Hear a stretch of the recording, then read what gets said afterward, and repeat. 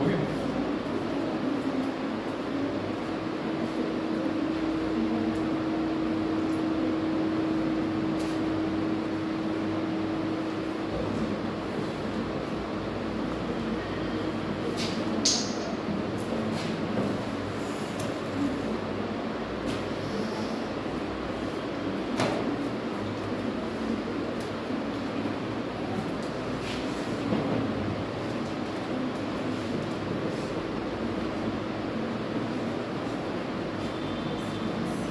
ठीक है बेटा, स्टार्ट करना है। देखो यहाँ ध्यान दो, हम लोग बात कर रहे थे पेक्टोरल गर्डल और इसकी दोनों हड्डियों के नाम क्या है, क्लैविकल और स्कैपुला। ठीक है ना, तो नाम क्या है इसके बेटा, क्लैविकल और स्कैपुला। ठीक, ऐसे ही अगर पेल्विक गर्डल की बात करेंगे तो जो नवजात शिशु हैं इनमें 3 हड्डियाँ होंगी एक जोड़े में, अगले जोड़े में भी क्या होंगी 3 हड्डियाँ होंगी, कुल मिला के कितनी होंगी 6। उनके नाम देखेंगे हम लोग क्या क्या हैं। तो यहाँ पे अगर उसके नाम देखें हम लोग यहाँ पे इस तरीके से लिखेंगे, ये तीनों के नाम लिखेंगे, इलियम, इस्चियम और प्यूबिस।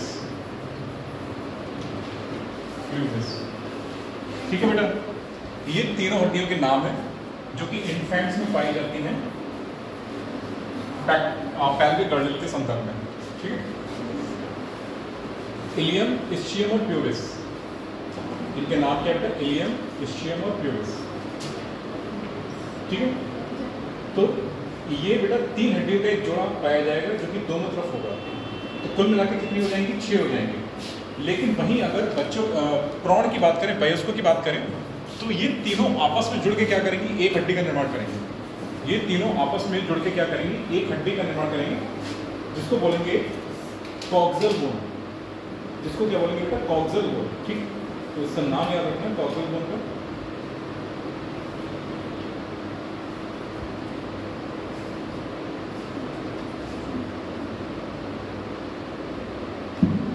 देखो बेटा, ये तो सारी की सारी किसमें पाई जाएंगी, इन्फेंट्स में। ये है इन्फेंट्स यानी नवजात है। अच्छा,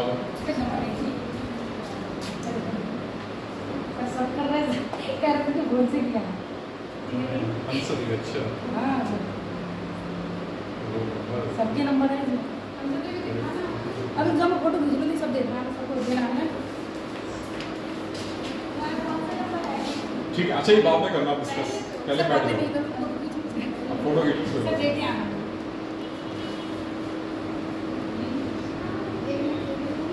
अरे मत ले, इसमें दे दिया जल्दी से, क्या हो रहा है टाइम, तुम लोग करो ना। मुझे एक लेक्चर और एक चैप्टर और खत्म करना है आज, समझ। इलियम, इस्चियम, प्यूबिस ये किसमें पाई जाती है, इन्फेंट्स में पाई जाएगी। लेकिन अगर प्रौढ़ की बात करें तो तीनों जुड़ के एक बोन बनाएंगे, जिसका नाम क्या होगा, कॉक्सल बोन। तीनों जुड़ जाएंगी, फ्यूज। ये फ्यूज होके क्या बनाएंगी, सिंगल बोन बनाएंगे, जिसका नाम होगा कॉक्सल बोन। जिसका नाम क्या होगा, coxal bone.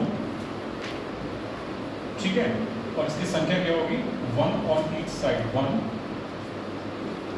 On each side, यानी कि 2। ठीक है, देखो बेटा फिर सुन लो, पेल्विक गर्डल में 6 बोन है, लेकिन बात करें इन्फेंट्स की, तो इन्फेंट्स में इलियम, इस्चियम, प्यूबिस का एक जोड़ा एक तरफ और एक जोड़ा बचा, एक जोड़ा वो दूसरी तरफ। ठीक है, तो कुल क्या होंगी, 6 होगी, यानी इलियम 2, इस्चियम 2, प्यूबिस 2, तो कुल बोन कितनी होगी, 6 हो गई। लेकिन इलियम, इस्चियम, प्यूबिस आपस में जुड़ जाती हैं प्रौढ़ में और एक सिंगल हड्डी बनाती है, जिसका नाम क्या है, कॉक्सल बोन। और क्या होगा, वो coxal bone 1 on each side, यानी कि दोनों तरफ एक एक पाई जाएगी। तो इस प्रकार अगर हम प्रौढ़ की बात करें तो पेल्विक गर्डल कितनी हड्डी का बना होगा, 1, मतलब 2 हड्डी होंगी, जिसमें एक तरफ होगी और बची एक दूसरी तरफ होगी। ठीक है ना, तो पेल्विक गर्डल में कितनी हो जाएंगी, 2 हो जाएंगी। और इसमें कुल बोन कितनी होंगी बेटा, 62 होंगी फिर इस प्रकार। ठीक है, तो 6 बोन किसमें है, ये इन्फेंट्स में कर दो, यहाँ पे इन्फेंट्स कर दो, और यही पेल्विक गर्डल 2 बोन्स हैं, ये किसमें कर दो, ये एडल्ट्स में कर दो। 2 कैसे होंगी पता चल गया ना, इलियम, इस्चियम, प्यूबिस फ्यूज होकर क्या बना रही है, सिंगल बोन बनाती है, ये जोड़ के बनाती है। 1 2, तो ये एडल्ट में होगा, ये एडल्ट में होगा, ठीक है। तो 64 इस तरफ है और ये 2 मिलके, ये वाली 2 और ये 60 मिलके क्या बनाएंगे 62। तो 62 एक तरफ है, तो 64 और 62 कितना होगा 126। 64 और 62 मिलके क्या हो जाएगा बेटा 126। ये संख्या याद रखें, अपेंडिकुलर है।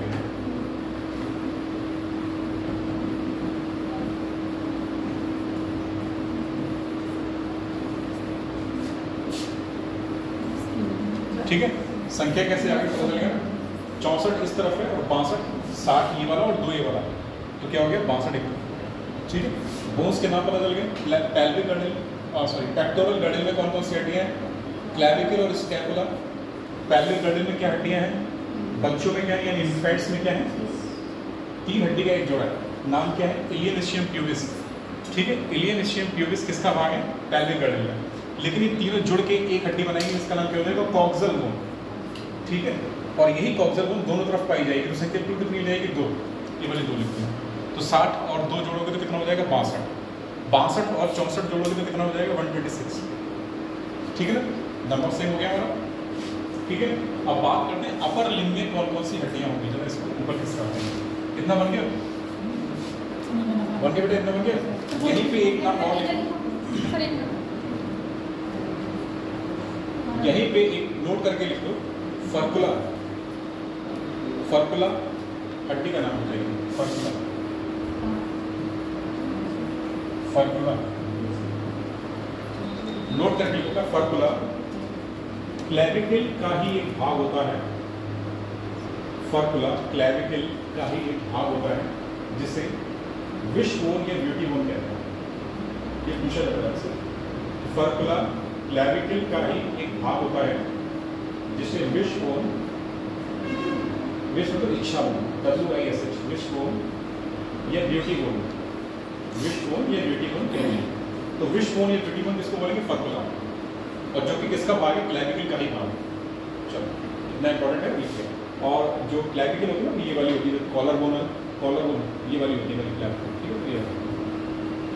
बात करते हैं अपर लिम्ब की, अपर लिम्ब में क्या क्या होता है, ठीक है। इसको ऊपर साइड राइट पर ऐसे चले दोनों हाथों से कर लो, ठीक है।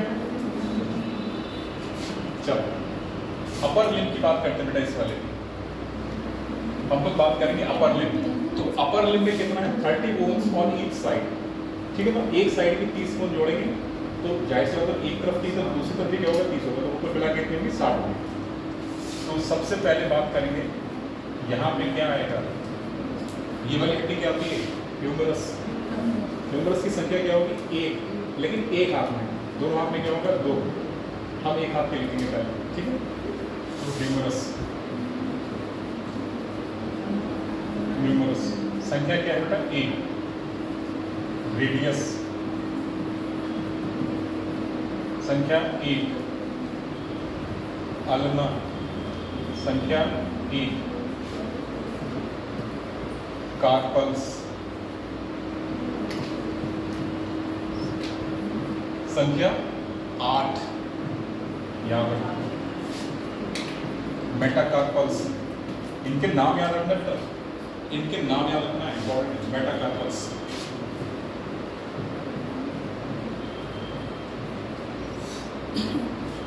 फिर मेटाकार्पस कितनी 5 है,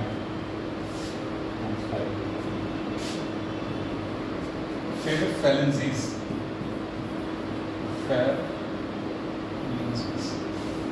फैलेंसीज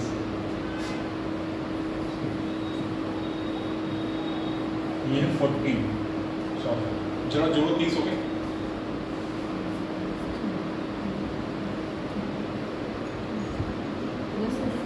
हो गई, ठीक है।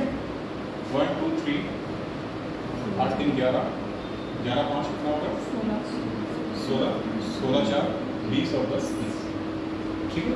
30 हो गई, तो 30 एक तरफ तो जाहिर सी बात है 30 दूसरी तरफ होगी, तो कुल मिलाकर कितना हो जाएगा 60 30 हो जाएगा। बस कार्पल्स का नंबर थोड़ा याद रखना, कार्पल्स 8 होती है, फैलेंसीज 14 होती है और मेटाकार्पल्स 5 होती है, ये थोड़े नंबर यहाँ पे पढ़ो। ऐसे बेटा इस तरफ क्या होगा, लोअर लिम्ब की बात करें यहाँ पे तो फीमर सबसे पहले आएगी। फीमर मतलब जांघ की हड्डी, ठीक है। तो सबसे पहले यहाँ पे लिखेंगे फीमर। फीमर की संख्या क्या है, 1। अब 2 पैर है तो 2 फीमर हो जाएंगे, तो कितनी हो जाएगी, 2 हो जाएगी। हम यहाँ पे 1 पैर की बात कर रहे हैं, ठीक है। फीमर क्या हो गया, 1। और नोट करके मैं लिखो, मानव शरीर में पाई जाने वाली सबसे लंबी हड्डी फीमर। मानव शरीर में पाई जाने वाली सबसे लंबी या बड़ी, मानव शरीर में पाई जाने वाली सबसे लंबी हड्डी फीमर होती है। फीमर की बात लिखो यहाँ पे, टीबिया, टीबिया 1 होती है, फिब्यूला 1 होती है, पटेला,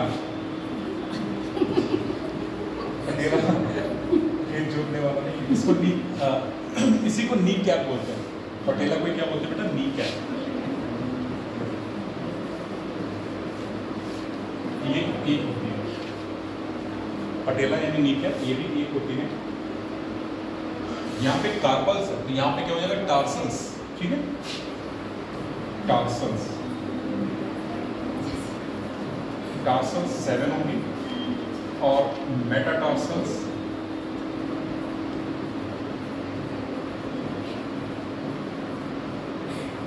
ये 5 होगी और फेलेंसिस कितनी होगी,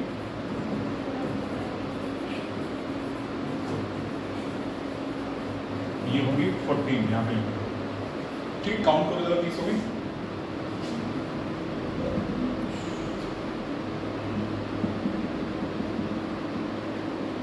काउंट करो, 30 होगी। देखो 1 2 3 4 7 4 11, 11 5 कितना हो गया, 16, 16 और 4 20 और 10 30, ठीक है। 30 हो गए और 30 चूंकि एक पैर में, दूसरे पैर में होगी 30, 60 हो गए। अब इधर भी 60 हो गए, 60 और ये वाली 4 64, 60 और वाली 2 62, 64 62 कितना हो गया, 126 और 80 एक्सियल में, तो 80 और 126 को जोड़ोगे तो क्या हो जाएगा, 206। तो हमने आज 206 हड्डियाँ पढ़ ली, ठीक है। तो हमने आज कितनी हड्डियाँ पढ़ी बेटा, 206 पढ़ी, ठीक है। तो ये तो थी बेटा हमारी हड्डियों के नाम हो गए, पूरा स्केलेटन पढ़ लिया हमने, कैसे क्या है समझ में आया ना, ठीक है। नंबर्स के हिसाब से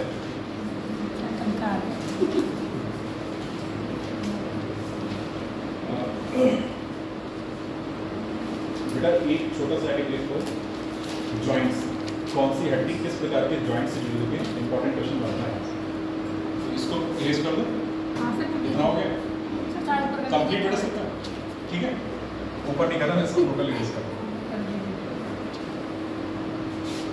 हम लिखेंगे जॉइंट्स, टाइप्स ऑफ जॉइंट, ठीक है, मतलब संधि, संधि के प्रकार तरीके से। संधि वाला नहीं संस्कृत या हिंदी में पढ़ते हैं, यहाँ पे मतलब बोन्स जो जुड़ी होती हैं उनके किस प्रकार से जुड़ी होती हैं, टाइप्स ऑफ जॉइंट्स।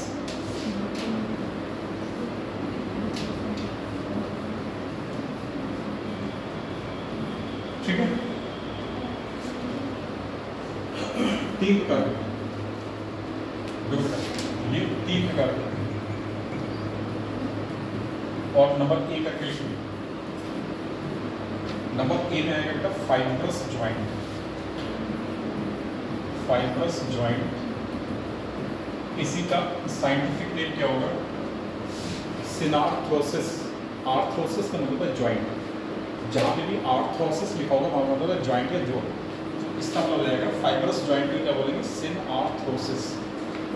तो इस तरीके से लिखो बेटा, सिनआर्थ्रोसिस।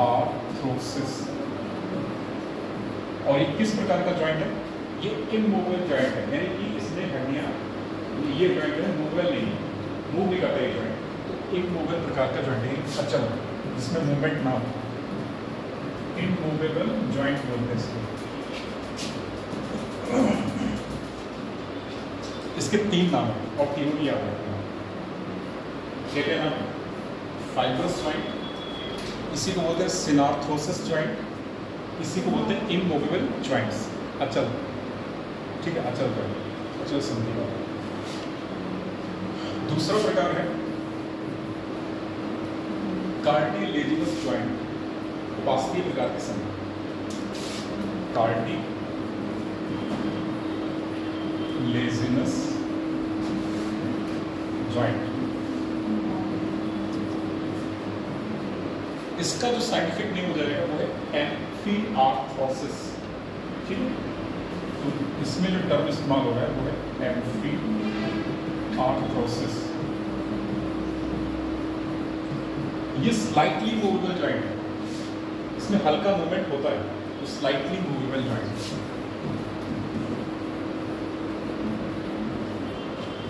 Slightly movable joint.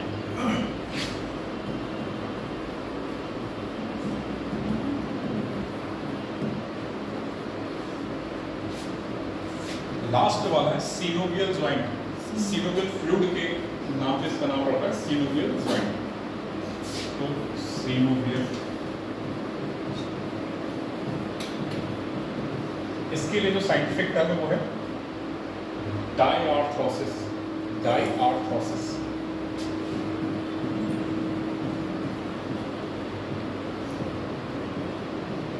और ये कैसा है? फ्रीली मूवेबल जॉइंट, स्वतंत्र रूप से मूव करेगा, फ्रीली मूवेबल जॉइंट।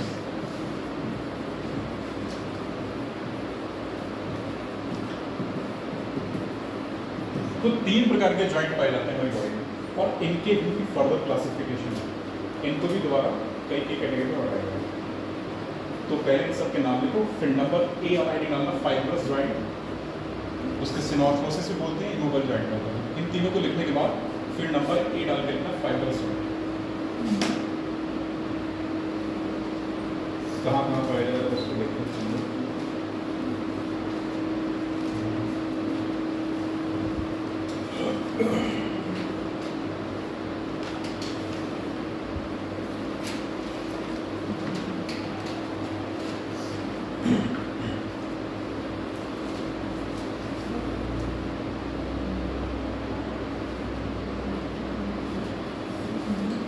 ठीक है बेटा, नंबर 1 वाले में लिखें, नंबर ए वाला इसको मिटा दें।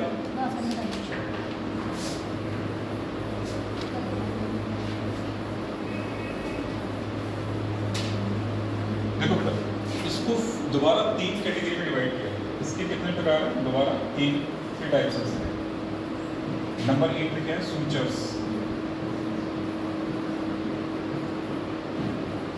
नंबर 2 में क्या? पहले लिख लो सारे, सिंडेस्मोसिस, सिंडेस्मोसिस, और एक और इसका गोम्फोसिस।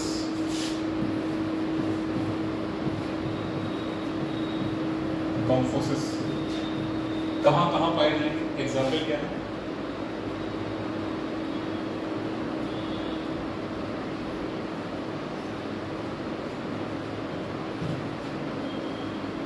बेटा ये सूचर किसमें पाया जाएगा? स्कल, खोपड़ी में पाया जाएगा। स्कल और नेजल मतलब नाक में पाया जाएगा। सूचर जॉइंट किसमें पाया जाएगा? स्कल एंड नेजल, नाक में। सूचर जॉइंट कहाँ मिलेगा? स्कल और नेजल में मिलेगा। सिंडेस्मोसिस किसमें मिलेगा? ये टार्सल्स में मिलेगा, और सॉरी टीबिया में मिलेगा और फिब्यूला के बीच। तो ये किसमें मिलेगा? बिटवीन टीबिया एंड फिब्यूला, और between radius and ulnam, between radius and ulnam. यहाँ जो जॉइंट मिलेगा वो है सिंडेस्मोसिस जॉइंट, ठीक है। यहाँ जो जॉइंट मिलेगा वो कैसा है? सिंडेस्मोसिस। तो सिंडेस्मोसिस जॉइंट कहाँ मिल रहा है? टीबिया एंड फिब्यूला के बीच मिल रहा है, और कहाँ मिल रहा है? रेडियस और अल्ना के बीच मिल रहा है। तो टीबिया एंड फिब्यूला कहाँ मिल रही है? पैर की हड्डियाँ हैं। रेडियस और अल्ना किसकी हड्डियाँ हैं? ये हाथ की हड्डियाँ हैं, ठीक है। गोम्फोसिस किसमें मिला है? टूथ एंड जॉ में, दांत और जो मसूखड़ होता है वहाँ पर मिलता है। टूथ एंड जॉ, जबड़ा, टूथ एंड जॉ। तो ये यहाँ मिलेगा। दांत और जबड़े में जो जॉइंट मिलेगा वो क्या है? Tooth and jaw. इसका नाम है गॉम्फोसिस। तो गॉम्फोसिस प्रकार का जॉइंट कहाँ मिलेगा? टूथ में मिलेगा और जॉ में मिलेगा। क्लियर? तो ये पहला प्रकार हो गया फाइब्रोस जॉइंट या सिनार्थोसिस जॉइंट या इमूवेबल जॉइंट। ठीक है, तो यहाँ मिलेगा। क्लियर बेटा? अगली कैटेगरी क्या है? नंबर बी वाला जो पॉइंट नंबर हो गया, कितना हो गया? कितना लिखो पहले? थोड़ा जल्दी में लिखो। हो गया? अच्छा,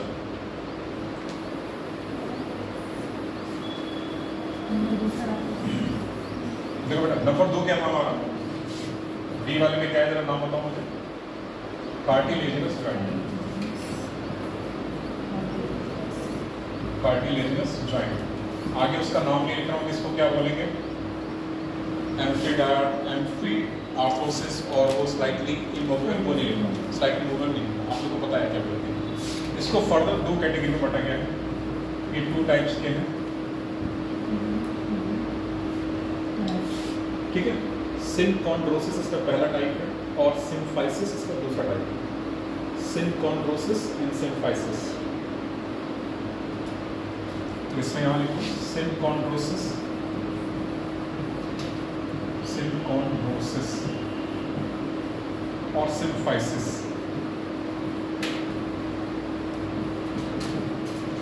ये कहाँ पाए जाएंगे, जरा इसको देखो। सिनकॉन्ड्रोसिस पाया जाता है रिब और स्टर्नम। रिब यानी पसलियाँ और स्टर्नम मतलब ब्रेस्ट बोन के बीच जो जॉइंट पाया जाएगा उसको बोलेंगे सिनकॉन्ड्रोसिस। तो कहाँ पाया जाएगा? Rib sternum joint.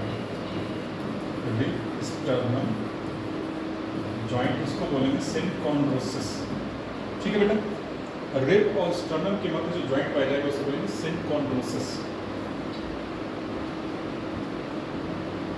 सिम्फाइसिस प्रकार का जो जॉइंट पाया जाएगा वो पाया जाएगा इंटरवर्टिब्रल डिस्क। इंटरवर्टिब्रल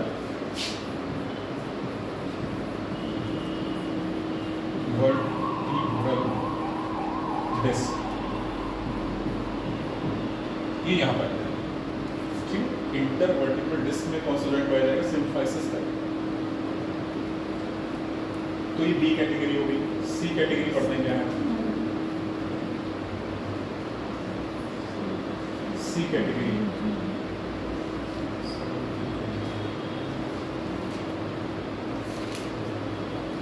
चलो सी कैटेगरी देखते हैं।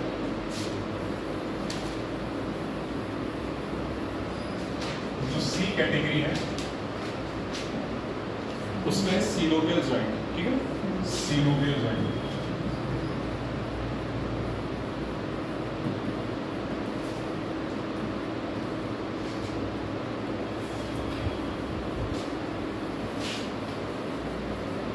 बेटा ये 6 टाइप के होते हैं।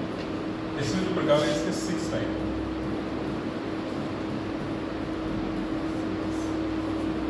पहला टाइप है पाइवट या पिवट, जो भी पढ़ना चाहे, PIVOT पाइवट। ये कहाँ पाया जाएगा? ये पाया जाता है जो फर्स्ट वर्टिब्रा कहलाता है ना। एक चीज और याद रखना, जो एटलस जो वर्टिब्रा है वो पहला कशेरुक कहलाता है। नोट करके चाहो, मैं लिखना पहले इसको लिख लेना, फिर उसके बाद लिखना जो एटलस वर्टिब्रा है। पहले हम लिखते हैं यहाँ पे, ये जॉइंट मिलता है atlanto axial, atlanto axial joint in neck, या सीधे सीधे नेक पे पढ़ लो। आपसे पूछा जाएगा कि गर्दन में पाया जाने वाला जॉइंट कौन सा है, तो पाइवट। ठीक है, आपसे पूछा जाएगा कि गर्दन में पाया जाने वाला जॉइंट क्या है, तो गर्दन को यहाँ पे अंडरलाइन करो, नेक। तो नेक में जो जॉइंट पाया जा रहा है वो है एटलांटो एक्सियल जॉइंट। ठीक है, तो गर्दन में जो जॉइंट पाया जा रहा है वो पाइवट प्रकार का। पाइवट कैसा है? सीलोवियल जॉइंट है, जो कि कैसा फ्रीली मूवेबल जॉइंट है प्रकार का। ठीक है, हम लोग उसको पहले डिस्कस कर चुके हैं। उसके तीनों नाम, सीलोवियल के आगे दो नाम लिखे थे ना, डायआर्थ्रोसिस और फ्रीली मूवेबल। ठीक, तो सीलोवियल का पहला प्रकार है वो पाइवट, और पाइवट जॉइंट किसमें पाया जाएगा? नेक यानी गर्दन। ठीक है, फिर इसके बाद इसका दूसरा एग्जाम्पल क्या हो जाएगा? हाथ और पैर। ठीक है, दूसरा एग्जाम्पल क्या हो जाएगा? हाथ और पैर। इसमें पहला एग्जाम्पल ये हो गया। दूसरा एग्जाम्पल लिखो इसमें जरा, रेडियो अल्नर जॉइंट।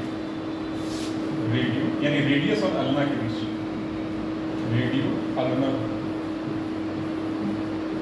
जॉइंट। ऐसे क्या हो जाएगा, tibia fibular joint, tibia fibular joint. इसका सीधे सीधे लिख दो, हाथ में पाया जा रहा है और ये पैर में पाया जा रहा है, बस। क्योंकि रेडियस और अल्ना किसकी हड्डियां हैं, हाथ की, और टिबिया फिबुला किसकी है, पैर की। ठीक है ना।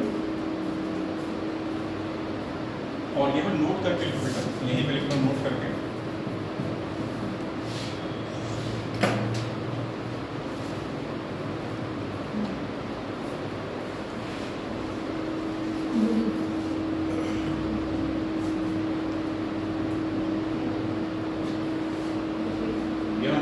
पहली कशेरुक का नाम एटलस है, पहली कशेरुक का नाम एटलस है, फर्स्ट वर्टिब्रा। पहली कशेरुक का नाम एटलस है, पहली कशेरुक का नाम एटलस है।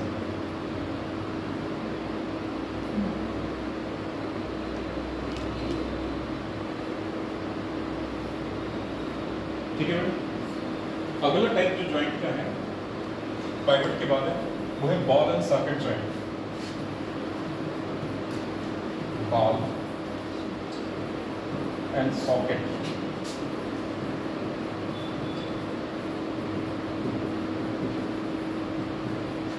ठीक है।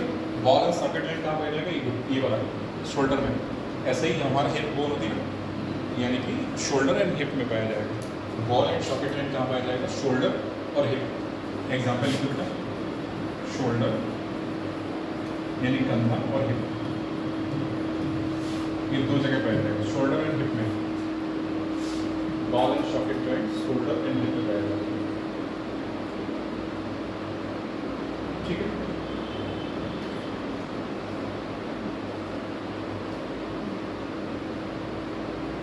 अगला टाइप है इसका हिंज ज्वाइंट।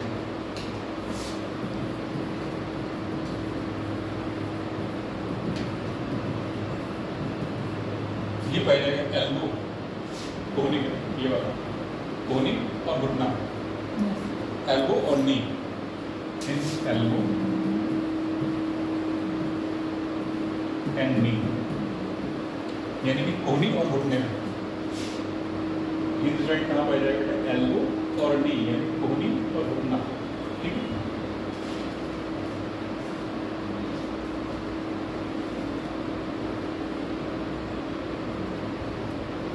अगला ज्वाइंट है कॉन्डिलॉइड ज्वाइंट। कॉन्डिलॉइड ज्वाइंट ये पाया जाता है, ये पाया जाएगा मेटाकार्पोफेरेंजियल, मेटाकार्पोफेरेंजियल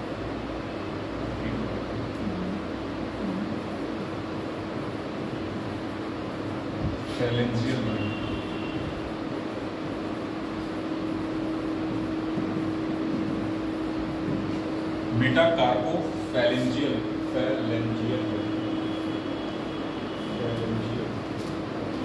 स्पेलिंग थोड़ा सा चेक करो।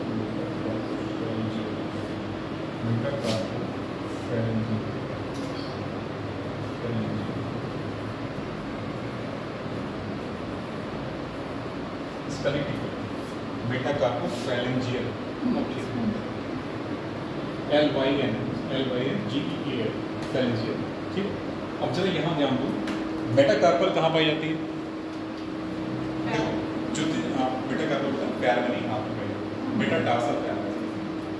ठीक, जरा यहाँ ध्यान, ये वाली क्या है हमारी ह्यूमरस, यहाँ क्या है रेडियस अल्ना। जो यहाँ जो हड्डियाँ पाई जाती हैं पैचेस में, ये कहलाती हैं कार्पल्स। ये वाली हड्डियाँ जो होती हैं टुकड़े पाई जाती हैं, छोटे छोटे से बोन होती है, ये कहलाती हैं कार्पल्स। यहाँ पे कलाई में पाई जाती है, रिस्ट बोलते हैं इसको, ये ऐसा रिस्ट कहलाता है। तो यहाँ कार्पल्स पाई जाती है। ठीक है। ये जो लंबी हड्डी है, ये वाली, ये और ये इस तरीके से दिख रही है ना, उभरे हुए दिख रही है, ये वाली, ये मेटाकार्पल्स कहलाती है। ये मेटाकार्पल्स। और ये छोटी छोटी एक डॉट जैसे इतना इतनी हड्डी और ये एक 20 की एक 3 छोटियाँ यहाँ पे उंगली में, 3 ये 3 ये 3 ये 3 ये, कितनी होगी 12 और अंगूठे में 2 14। तो फेलेंजिस कितनी है 14। तो यही फेलेंजिस कहलाती है। ये क्या है फेलेंजिस, ठीक है। ये वाली क्या है 1 2 3 1 2 3 1 2 3, यानी कि 12 ये और 2 ये कितनी है फेलेंजिस, जो कि टोटल कितनी है 14। हमने क्या लिखा मेटाकार्पोफेलेंजियल जॉइंट। मेटाकार्पल कौन सी है, मेटाकार्पल ये वाली, और फेलेंजियल क्या है ये वाली। तो इनके और इनके बीच का जो जॉइंट है वो क्या है कॉर्डियोलाइड जॉइंट। मेटाकार्पोफेलेंजियल जॉइंट मतलब जो इनके यानी कि जो मेटाकार्पल है और जो फेलेंजिस है इनके बीच का जॉइंट क्या कहला रहा है मेटाकार्पोफेलेंजियल जॉइंट, और इसको क्या बोलते हैं कॉर्डियोलाइड जॉइंट, ठीक है। तो यही है कॉर्डियोलाइड जॉइंट। अगला टाइप ग्लाइडिंग जॉइंट।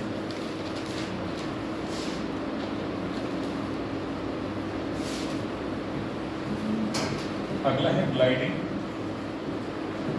जॉइंट, या इसको प्लेन जॉइंट भी बोलते हैं, PLANE, प्लेन या प्लेनर जॉइंट एक ही बात है। ये कहाँ पाया जाएगा वर्टिब्रल कॉलम में, कसेल खंड में, वर्टिब्रल कॉलम में, ठीक है, कसेल खंड पाया जाएगा।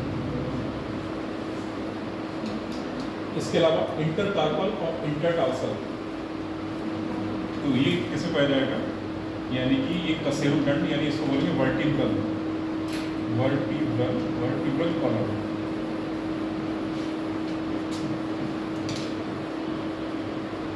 दूसरा एग्जाम्पल क्या हो जाएगा कलाई, यानी रिस्ट,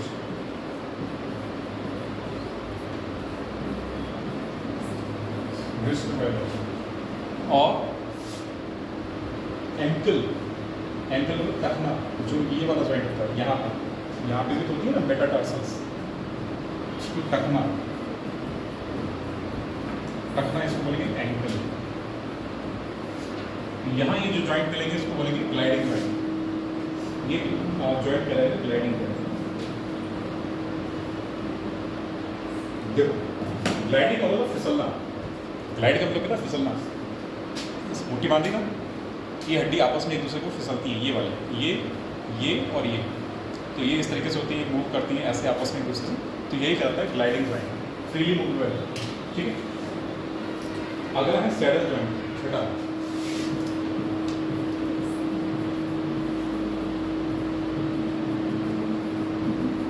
सैडल जॉइंट, सैडल किसी घुड़सवार को घोड़े की सवारी करते देखा है, किसी घुड़सवार को घोड़े की सवारी करते देखा है, अक्सर टी वगैरह देखे।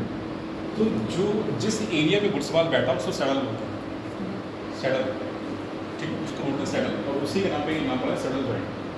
तो इसका जो एग्जाम्पल है, पहली बात तो ये मानव में पाई जाने वाला एक विशेष जॉइंट, केवल मानव की विशेषता है, तो इसमें नोट करके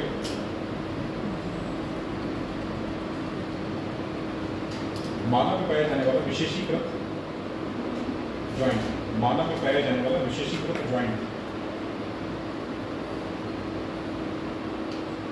मानव में पाया जाने वाला विशेषीकृत जॉइंट।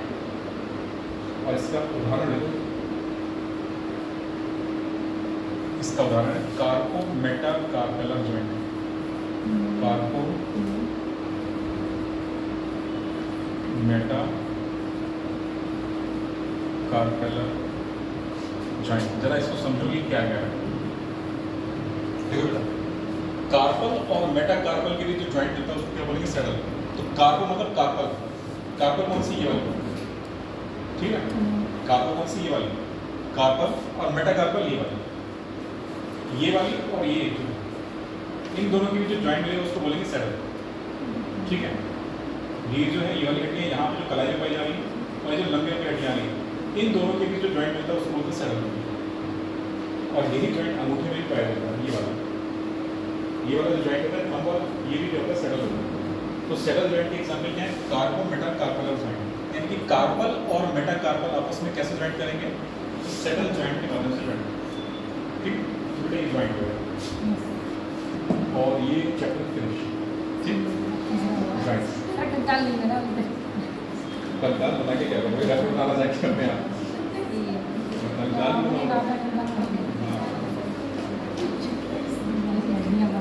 फटाफट हेडिंग डालो।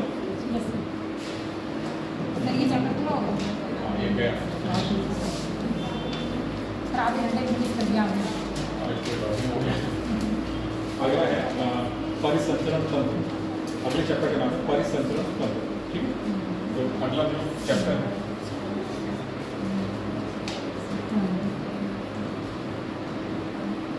परिसंचरण तंत्र, इसी को बोलते हैं cardiovascular system.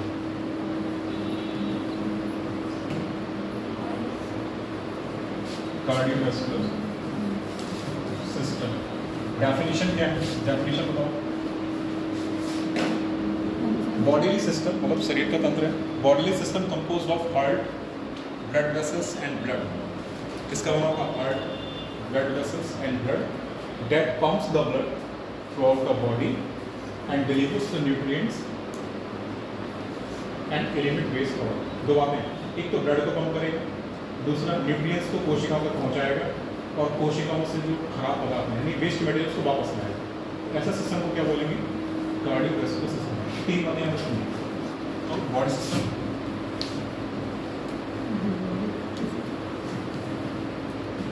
Body system compose of heart,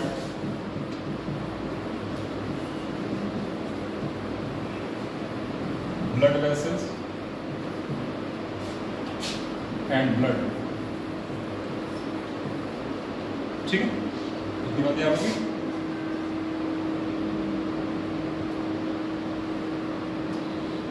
क्या करेगा ये तीनों मिलके? ब्लड को सर्कुलेट करेंगे पूरे शरीर में। तो इसमें लिखो that circulates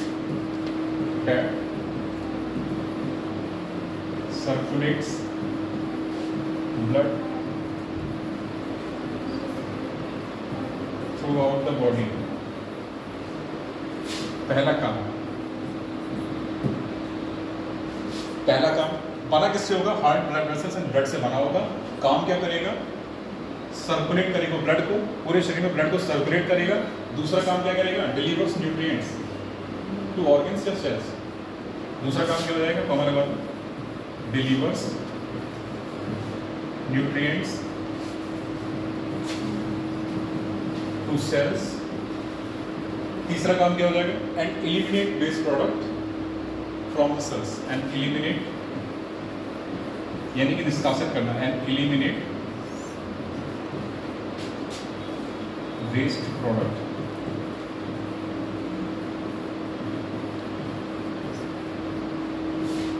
from the cell. तो ये बेटा, हाँ, ये है हमारा कार्डियोवैस्कुलर सिस्टम।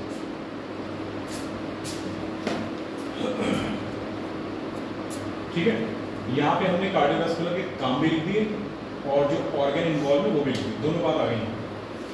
ठीक है, ऑर्गन प्लस फंक्शन मीन्स का डेफिनेशन। ऑर्गन कौन से हो रहे हैं involve? Heart, blood vessels and blood. काम क्या कर रहे हैं? काम को मिला दिए, ब्लड को सर्कुलेट करेंगे, न्यूट्रिएंट्स की सप्लाई करेंगे और जो वेस्ट प्रोडक्ट बनेगा उसको क्या करेंगे? शरीर से बाहर करेंगे। तो ऑर्गन प्लस फंक्शन मीन्स का डेफिनेशन। तो हमने कार्य भी बना दिए और जो अंग भाग लेंगे दोनों को मिला दिया और डेफिनेशन बना दी। कार्डियोवैस्कुलर सिस्टम की अंडरलाइन कर दो, इंपॉर्टेंट है। Circulates the blood throughout the body, ये पहला काम है बेटा इसका। दूसरा काम है डिलीवर्स न्यूट्रिएंट्स। तीसरा काम क्या है? Eliminate waste product. ठीक है, तो तीन काम हो गए इसके। पहला काम क्या हो गया? ब्लड को सर्कुलेट करना। दूसरा काम क्या हो गया? न्यूट्रिएंट्स को डिलीवर करना यानी सप्लाई करना, न्यूट्रिएंट्स की सप्लाई करना। तीसरा काम क्या हो गया? जो वेस्ट मटेरियल बनना है उनको निष्कासित करना। काम भी देख लिए हमने और ऑर्गन भी देख लिए जो इन्वॉल्व हो रहा है। ठीक है बेटा, तो ये तो है हमारा कार्डियोवैस्कुलर सिस्टम। पॉइंट बना के लिखो। पहला पॉइंट, रक्त परिसंचरण तंत्र की खोज विलियम हार्वे ने की थी। रक्त परिसंचरण तंत्र की खोज विलियम हार्वे ने की थी।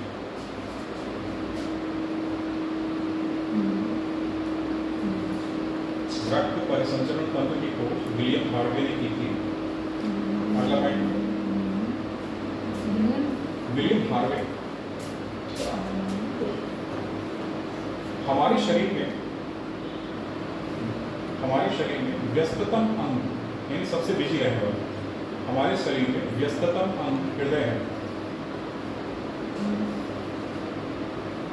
हमारे शरीर में व्यस्ततम अंग हृदय है। अगला पॉइंट,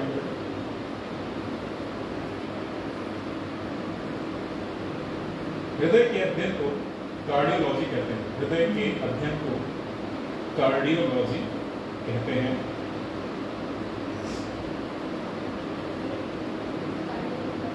कार्डियोलॉजी कहते हैं।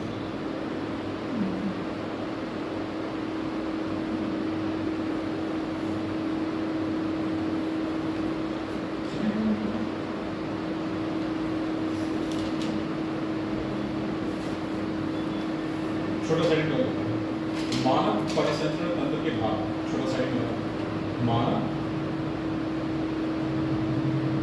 परिसंचरण तंत्र के भाग,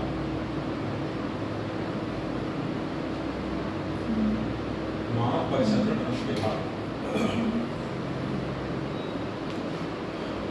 पहला भाग को बेटा हृदय यानी हार्ट,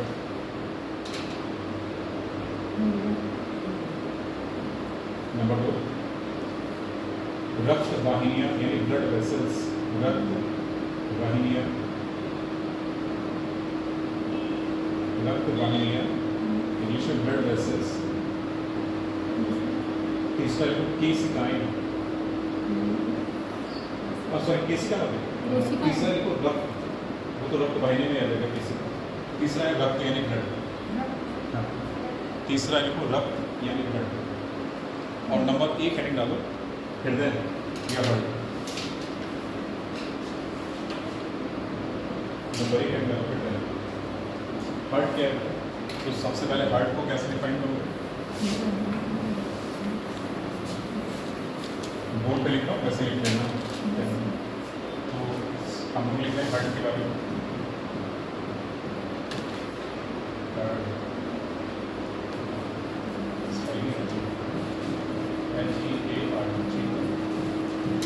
हार्ट, हार्ट क्या है? एक पंपिंग ऑर्गन जो कि ब्लड को पंप करता है। कैसे पंप करेगा? By rhythmic contraction and dilation, संकुचन के द्वारा और शीतलन के द्वारा ब्लड को पंप करता है। यानी कि कॉन्ट्रैक्शन एंड रिलैक्सेशन के द्वारा ब्लड को पूरे शरीर में पंप करेगा। तो हार्ट क्या है? एक पंपिंग ऑर्गन। लेकिन इससे पहले मुझे है कि ये तो पंपिंग ऑर्गन, लेकिन डेफिनेशन क्या है, क्या ये वास्तव में? तो heart is a modified blood vessel. Heart is a modified blood vessel. Heart की परिभाषा क्या है? हार्ट ये है का modified blood vessel, modified blood vessel. अगर आपसे पूछे एक लाइन में तो हार्ट क्या है? हार्ट यही मॉडिफाइड ब्लड वेसल। ठीक है, कोई भी पूछेगा तो हार्ट क्या है? Modified blood vessel. उसके बाद काम क्या है? तो काम क्या है? ब्लड को पंप करना। ठीक है, मॉडिफाइड ब्लड वेसल हो गया। हॉलो मतलब खोखला, हॉलो मस्कुलर, मस्कुलर मतलब पेशी, hollow muscular organ that pumps the blood, that pumps the blood bye rhythmic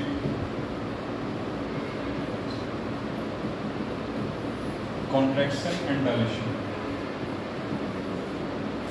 by rhythmic contraction and relaxation,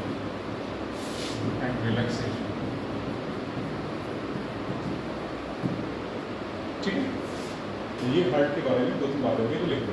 heart होता क्या है? मॉडिफाइड ब्लड वेसल है। और हार्ट क्या है? खोखला, हॉलो मतलब खोखला, मस्कुलर मतलब पेशीय अंग, खोखला पेशीय अंग जो क्या करेगा? ब्लड को पंप करेगा।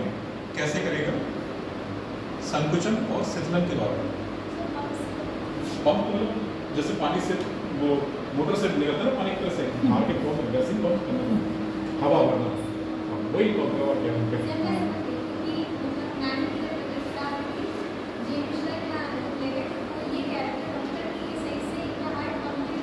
पंप करने का मतलब है कि ब्लड को पूरी शरीर में भेज दो। बस पंपिंग का यहाँ पे मतलब है कि पूरे शरीर में ब्लड को सप्लाई करना। और वो कैसे होगा? By rhythmic contraction and relaxation, शीतलन और संकुचन के द्वारा। इतनी बात समझ में? ये लिखिए बेटा, पॉइंट बना के इसमें लिख दो। मानव हृदय में 4 कोष्ठक होते हैं।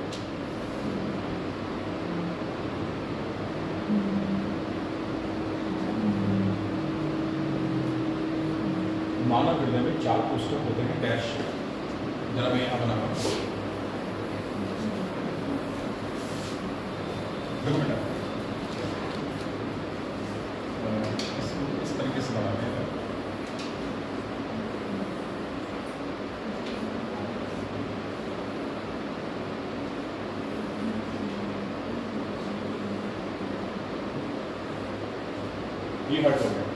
4 कोष्ठक कौन कौन से? 1 2 3 4। मानव हृदय में 4 कोष्ठक होते हैं डैश, और उसमें कौन कौन से बनाना है? पहले डायग्राम में ये क्या है? Right atrium. हिंदी में लिखते चलो, दायां दायां अलिंद, राइट वेंट्रिकल, दायां निलय, ठीक है, लेफ्ट एट्रियम।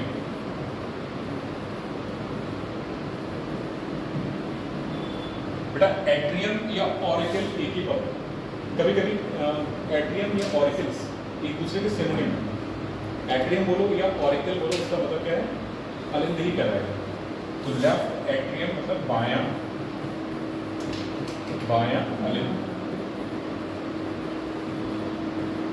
और ये क्या है? Left ventricle.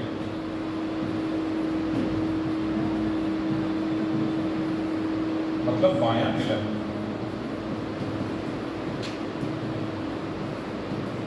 ठीक है, डायग्राम बनाओ और चारों कोष्ठक के नाम लिखो। तो मानव हार्ट में कुल कितने अलिंद हैं और कुल कितने निलय? जरा बताओ मुझे, काउंट करके। 2 अलिंद हैं और 2 निलय हैं, तो कुल मिला के कितने कोष्ठक हो गए? 4। ठीक है ना? Right atrium, right ventricle, left atrium, left ventricle, ठीक है ना? चलो ये बनाओ पहले, तो नोट करके लिखो फटाफट। मछली में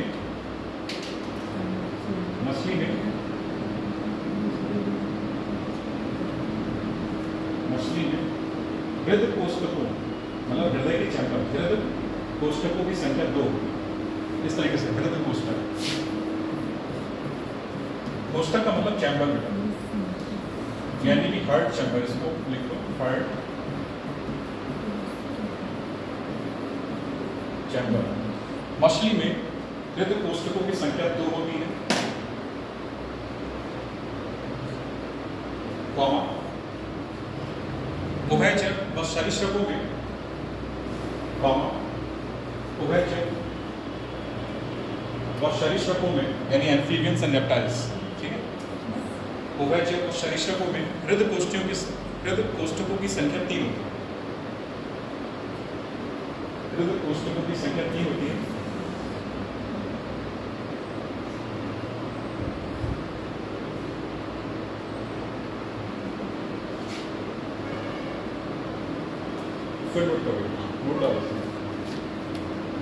मगरमच्छ तथा घड़ियाल में,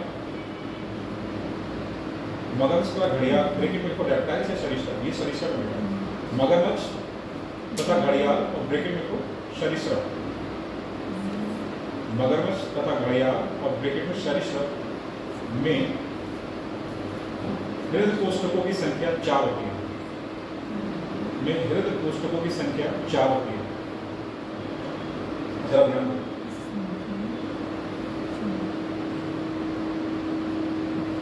हृदय कोष्ठकों की संख्या 4 होती है। देखो यहाँ ध्यान दो, हमने क्या बोला? हमने बोला कि उभयचर और सरीसृप में क्या होगा? हृदय कोष्ठकों की संख्या 3 है, लेकिन वहीं लिख दिया घड़ियाल और मगरमच्छ जो कि सरीसृप है, उनमें हृदय कोष्ठ की संख्या कितनी है? 4। तो ये अपवाद है सरीसृप के, जिनमें हृदय कोष्ठ की संख्या 4 है, क्योंकि वहाँ निलय आंशिक रूप से विभाजित होता है, और विभाजित होने के कारण वो 2 चैम्बर बना लेते हैं, जिसको 3.5 चैम्बर होता है। तो 3.5 इन द सेंस मतलब 4। तो क्रोकोडाइल एंड जो घड़ियाल है, इनमें जो हृदय कोष्ठक हैं उनकी संख्या कितनी है? 4। ठीक है, फिर नोट करके लें। पक्षियों तथा स्तनधारियों में, पक्षियों तथा स्तनधारियों में हृदय कोष्ठकों की संख्या क्रमशः 4 होगी।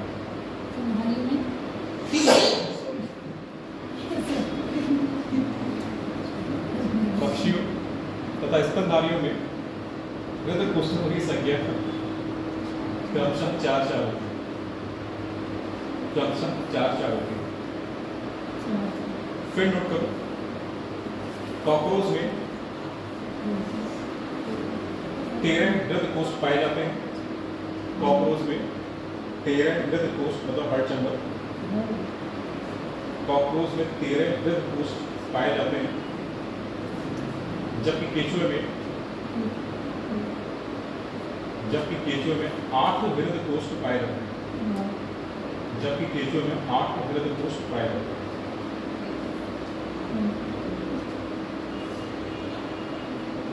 ठीक है,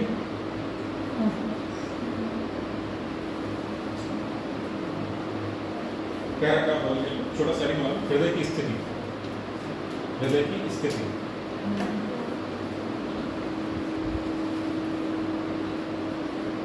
हृदय की स्थिति, हृदय वक्ष गुहा में, हृदय वक्ष गुहा में दोनों फेफड़ों के मध्य, हृदय वक्ष गुहा यानी थोरेसिक कैविटी, हृदय वक्ष गुहा में दोनों फेफड़ों के मध्य कुछ बाईं तरफ स्थित होता है, दोनों फेफड़ों के मध्य कुछ बाईं तरफ स्थित होता है। ये हृदय की स्थिति होगी, नोट करके लिखो।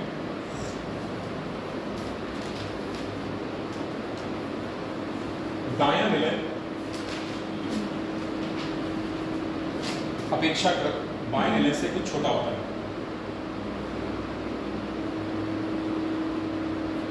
दायां निलय अपेक्षाकृत बाएं निलय से कुछ छोटा होता है। Full stop. पैराग्राफ बदल। हृदय एक आवरण में बंद होता है, हृदय एक आवरण में बंद होता है,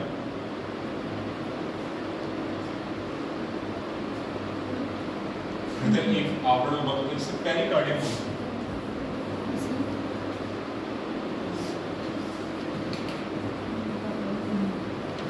जिसे पेरिकार्डियम बोलते हैं। और इसमें एक तरल भरा रहता है, और इसमें एक तरल भरा रहता है जिसे पेरिकार्डियल फ्लूइड बोलते हैं,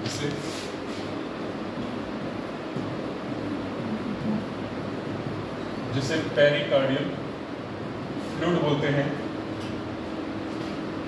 जो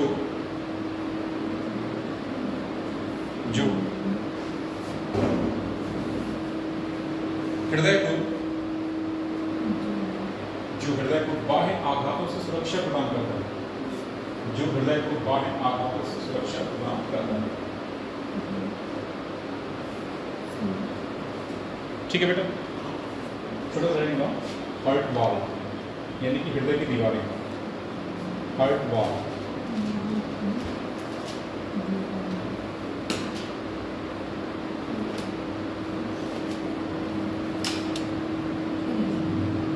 हार्ट वॉल इस तरीके से heart wall.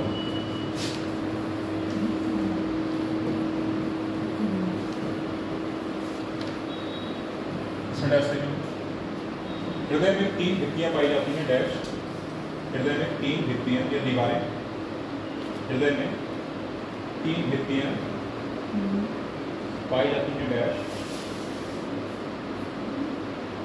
Number 1 epicardium, number 1 AP का मतलब बाहरी, यानी बाहरी दीवार क्या कहलाएगी, एपिकार्डियम।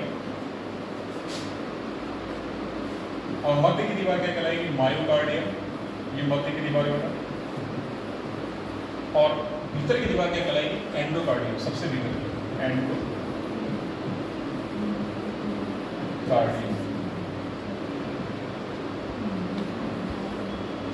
एंडोकार्डियम।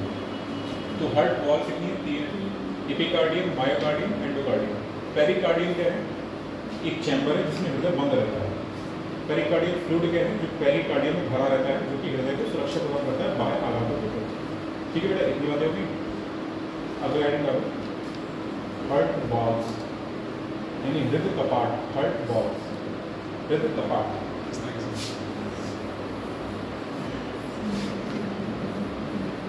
हार्ट वॉल्स और हिंदी में बोलते हैं हृदय कपाट। with the kebab.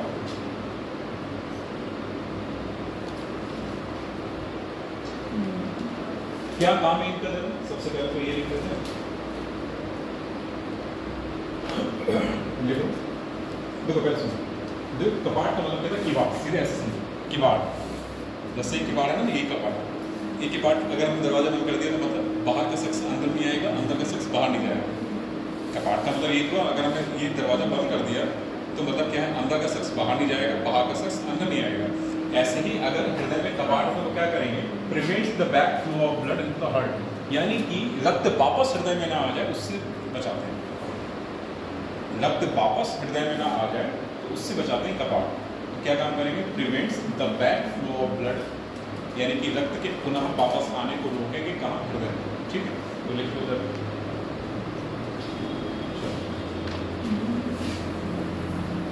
तो हार्ट वॉल्स का काम क्या है, prevents the backflow of blood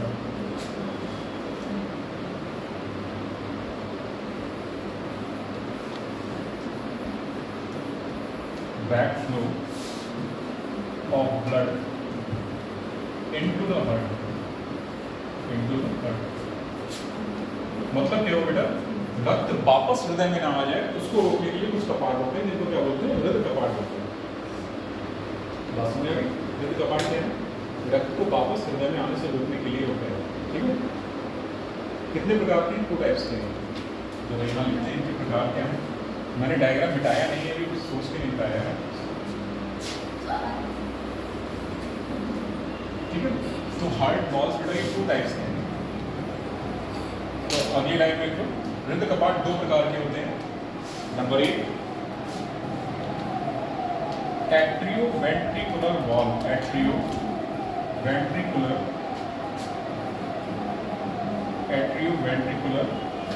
valve. Number 2 सेमील्यूनर valve, सेमील्यूनर valve. ठीक है, देखो नाम से क्लियर है कि एट्रियो वेंट्रिकुलर कहाँ होगा, किसके मध्य होगा, एट्रियम और वेंट्रिकल के मध्य होगा।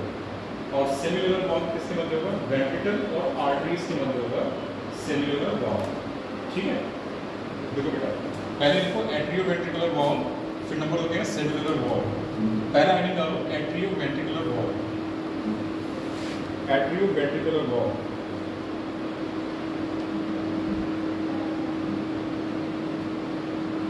और इसको बेटा एबी वॉल्व भी बोलते हैं। ए वाला ये एट्रियो, फिर बी वाला वेंट्रिकुलर, इसी को बोलते हैं एबी वॉल्व, इसी को एबी वॉल्व भी बोलते हैं।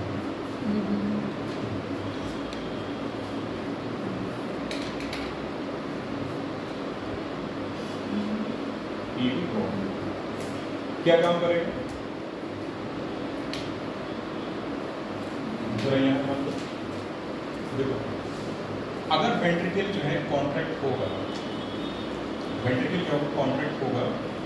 ठीक है, तो ये वाला वाल्व यहाँ पे होगा, तो ये वाल्व बंद हो जाएगा ताकि जो रक्त है वो दोबारा एट्रियम में ना जाए। तो prevent the back flow of blood into atria when ventricle is contract. जब वेंट्रिकल सिकुड़ेगा तब रक्त के पुनः एट्रियम में जाने को रोकेगा। क्या बोला, जब वेंट्रिकल सिकुड़ेगा तो रक्त के वापस एट्रियम में जाने को रोकेगा, एट्रियो वेंट्रिकुलर वॉल्व। ठीक है, इसमें लिखो बेटा एट्रियो वेंट्रिकुलर वॉल्व। वेंट्रिकल के सिकुड़ने पर, वेंट्रिकल के सिकुड़ने पर, वेंट्रिकल के सिकुड़ने पर रक्त को पुनः, वेंट्रिकल के सिकुड़ने पर रक्त को पुनः एट्रियम में जाने से रोकते हैं।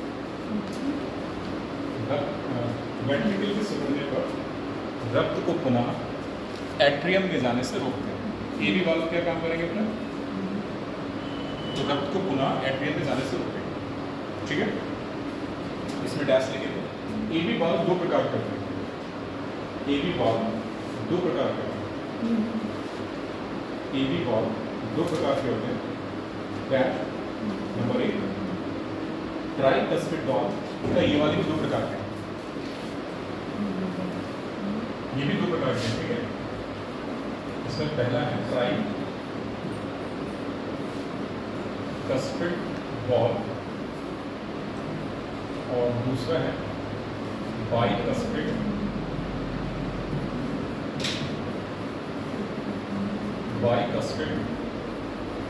वॉल, और इसी का एक नाम और है, इसको बोलते हैं विट्रल वॉल, ठीक। Tricuspid wall and bicuspid valve, ठीक है। हाँ, बाइकस्पिड का ही एक नाम और है विट्रल वॉल। अब जरा इसकी लोकेशन देखो कहाँ है, इसीलिए नहीं बताया मैंने। ट्राई कहाँ होता है, चूंकि कौन सा वॉल्व है हमारा, ये दोनों किसके एग्जाम्पल है, एट्रियो वेंट्रिकुलर वॉल्व के टाइप है। तो नाम से क्लियर है कि एट्रियम और वेंट्रिकल के बीच पाए जाएंगे, ठीक है ना। ये दोनों वॉल्व है, ट्राइकस्पिड और बाइकस्पिड, ये दोनों किन के मध्य पाए जाएंगे, एट्रियम एंड वेंट्रिकल के मध्य पाए जाएंगे, क्योंकि ये क्या है, एट्रियो वेंट्रिकुलर वॉल्व है, ठीक है। लेकिन इनकी पोजीशन क्या है, राइट साइड पाए जाएंगे, लेफ्ट साइड पाए जाएंगे। जो ट्राइकस्पिड वॉल्व को राइट साइड पाया जाएगा, ये ट्राइकस्पिड वॉल्व, ठीक है। और बाइकस्पिड या मिडल वॉल्व कहाँ पाया जाएगा, ये यहाँ पे पाया जाएगा। तो ये वाला वॉल्व हमारा ये है बेटा ट्राइकस्पिड वॉल्व, ये है ट्राइकस्पिड वॉल्व, और ये वाला जो है ये है हमारा बाइकस्पिड या मिडल वॉल्व,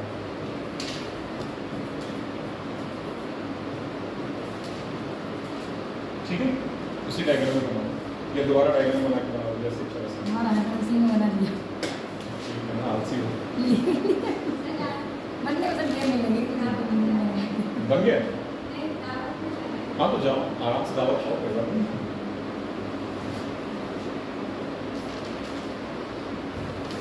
तो ट्राइकस्पिड वॉल और बाइकस्पिड वॉल की लोकेशन समझ में आ गई ना। देखो पहली बात याद रखना है कि दोनों कैसे वॉल्व हैं, एबी वॉल्व है। एबी का मतलब है कि एट्रियम और वेंट्रिकल के बीच ही पाए जाएंगे, ठीक है ना। तो कौन सा किस साइड में पाया जाएगा उसकी लोकेशन याद रखना है। ट्राइकस्पिड किधर पाया जाएगा, राइट साइड में, बाइकस्पिड किधर पाया जाएगा, लेफ्ट साइड में, ठीक है। अगला जो भाग होगा सेमी ल्यूनर वॉल्व, अगले सेमी ल्यूनर वॉल्व, समझ आ गया। 2 मिनट हो गए, 2 मिनट बचा है, हो गया ऊपर का, हो गया। अभी मैं अपने पे बिजी हूँ। सेमी ल्यूनर वॉल्व, इसके बारे में जरा लिखो।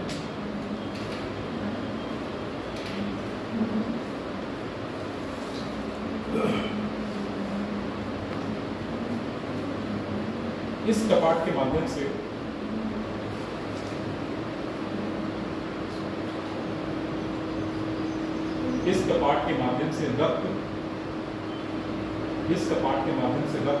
मिले की ओर से, इस कपाट के माध्यम से रक्त मिले की ओर से धमनियों में जाता है, मिले की ओर से धमनियों में जाता है।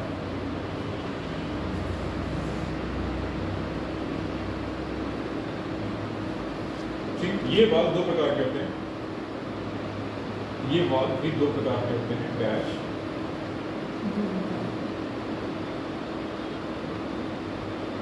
पहला बेटा ये है, देखो मैं इसको यहाँ पे बिठा रहा हूँ, ये वाला है, इसको बिठा, ठीक है, इसको भी और बिठा, ये वाला बिठा। और हम लोग बात कर रहे हैं सेमी ल्यूनर वॉल्व। मैंने बोला कि ये भी 2 प्रकार के हैं, ठीक है। तो इसमें इसका पहला टाइप क्या है, पल्मोनरी सेल्युलर वॉल्व। पहला टाइप क्या है, pulmonary cellular valve.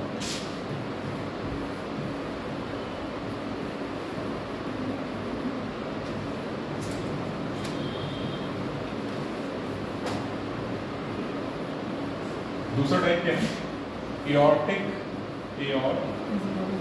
Cellular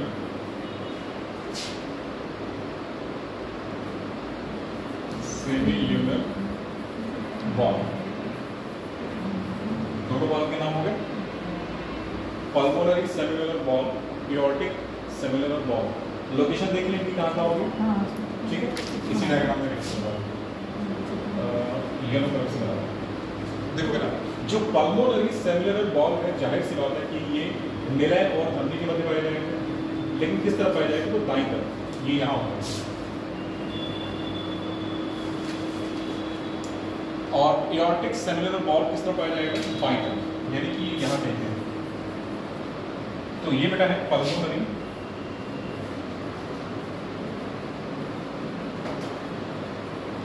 valve, नाम लिख लेना पूरा, पल्मोनरी सेलुलर वॉल्व।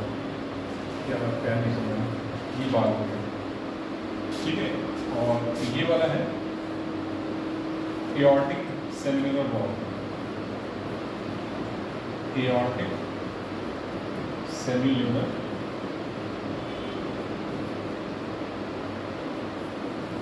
वॉल्व, ठीक है। तो चारों वॉल्व की लोकेशन पता चल गई, किसके किसके बीच पाए जा रहे हैं, ये पता चल गया, ठीक है। तो वॉल्व के बारे में हो गया। अब एक दोनों वॉल्व है ना, ये एओर्टिक एवी वॉल्व और सेलुलर वॉल्व, इनके खुलने और बंद होने के साउंड क्या होता है? Love and dub, love sound और डब साउंड, इसकी बात कर रहे हैं। तो नोट करके लिखो, नोट करके बेटा इस तरीके से लिखना, lub sound LUV, lub sound और dub sound, lub and dub. Note करके पहले तो lub sound,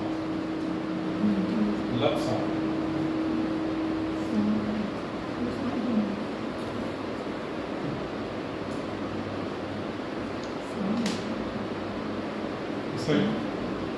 lub sound mitral valve,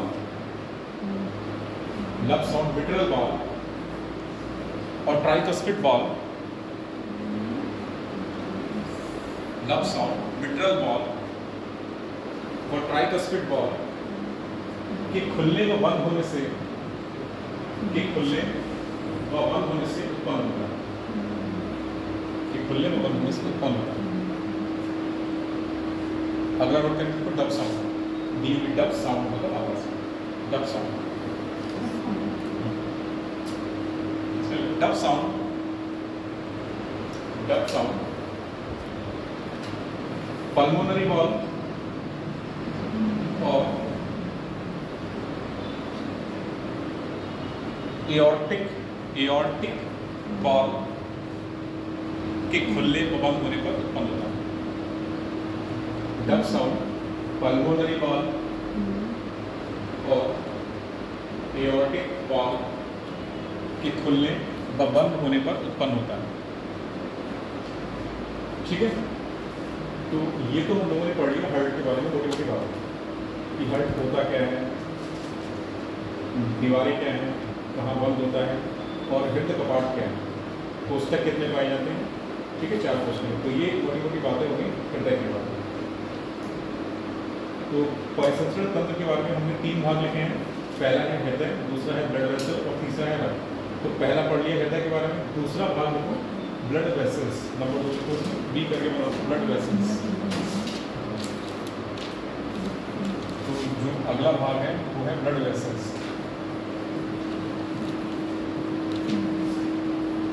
यानी कि रक्त वाहिकाएं या वाहिनियां, ब्लड वेसल्स। इसमें ये 3 प्रकार की आर्टरीज, वेन्स एंड कैपिलरीज। तो 3 टाइप्स की हैं। इसमें पहला है आर्टरीज, यानी कि धमनियां। क्यों?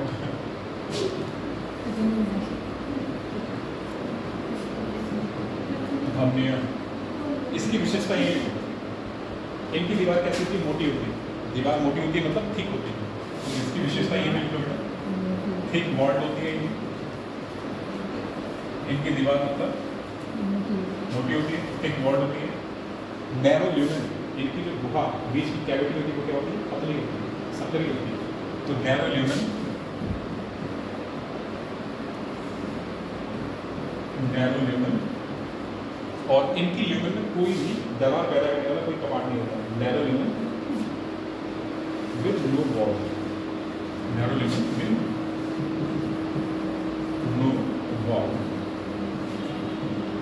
ठीक है बेटा,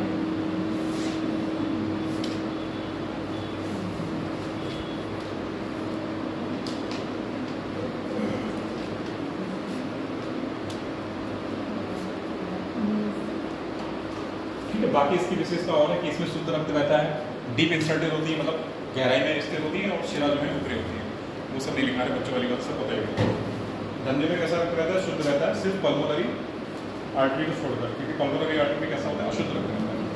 ठीक है बेटा, और जो पल्मोनरी जो हमारी धमनियाँ हैं ये कैसे होती है? डीप होती है।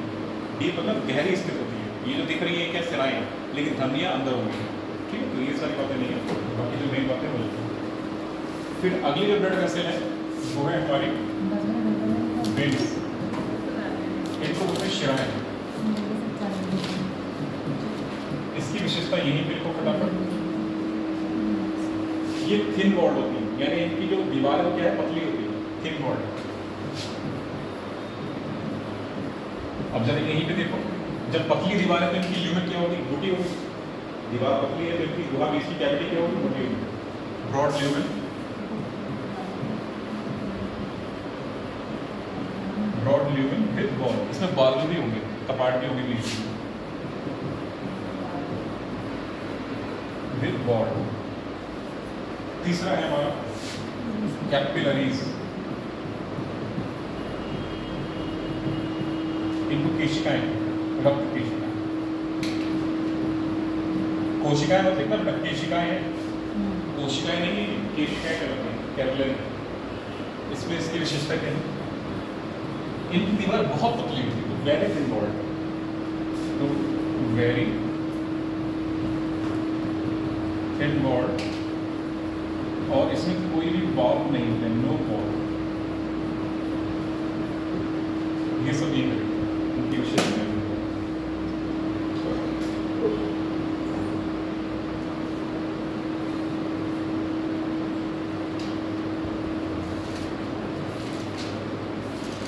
ब्लड वेसल्स के बारे में हो गया। अगला जो परिसंतन का भाग है वो है रक्त। रक्त के बारे में अगला डालो सी करके रक्त, यानी ब्लड। ब्लड क्या है? ब्लड को कोई बताएगा? ब्लड की डेफिनेशन क्या है? ब्लड की डेफिनेशन बताओ कोई लोग। ब्लड की डेफिनेशन बताओ बच्चे कोई। ये बेटा तो हो गया सब तक। सी पार्ट है हमारा ब्लड। ब्लड क्या है? तरल संयोजी ऊतक। ब्लड क्या होता है? तरल संयोजी ऊतक, यानी कि फ्लूइड कनेक्टिव टिश्यू। आप लोग हिंदी में लिखो, रक्त एक तरल संयोजी ऊतक है। रक्त एक तरल संयोजी ऊतक है।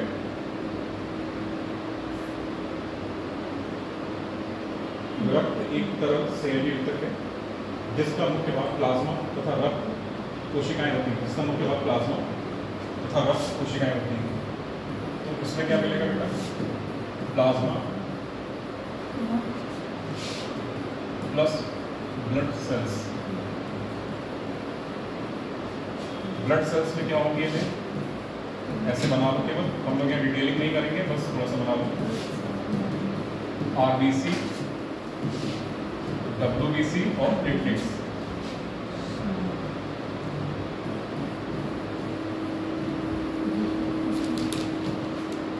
ठीक है,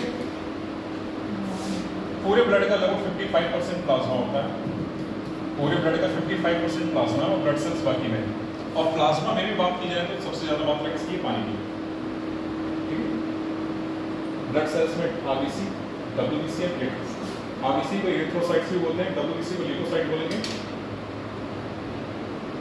और प्लेटलेट्स को थ्रोम्बोसाइट्स बोलेंगे।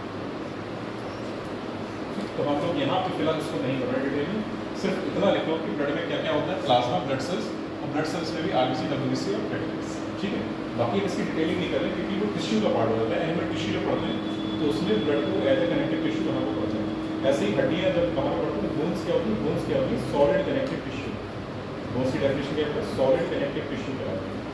और लसिका या ब्लड क्या कहलाती है? ये फ्लूइड कनेक्टिव टिश्यू, तरल संयोजी ऊतक कहलाती है। तो फिलहाल इसको जो कंपोनेंट्स है वो यहीं पे है। अब थोड़ा सा इसकी जो है मैकेनिज्म देखने की क्या है। अगर हेडिंग डालो ब्लड प्रेशर, ब्लड प्रेशर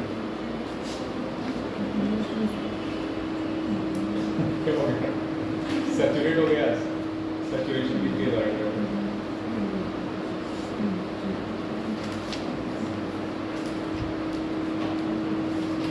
थोड़ी देर और मुझे बर्दाश्त करो। अगला हेडिंग है बेटा blood pressure.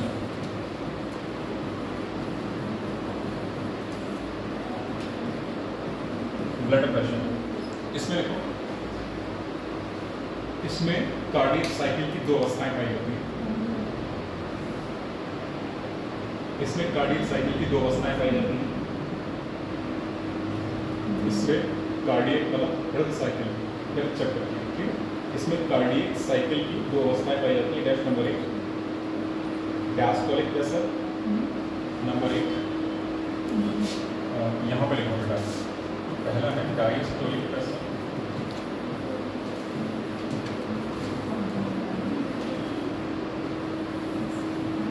Diastolic pressure, number 2 है सिस्टोलिक प्रेशर।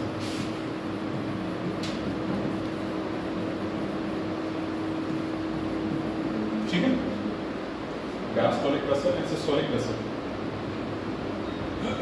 डायस्टोलिक प्रेशर के आगे डायस्टोलिक लिखना है, नंबर 1 डाल के डायस्टोलिक प्रेशर।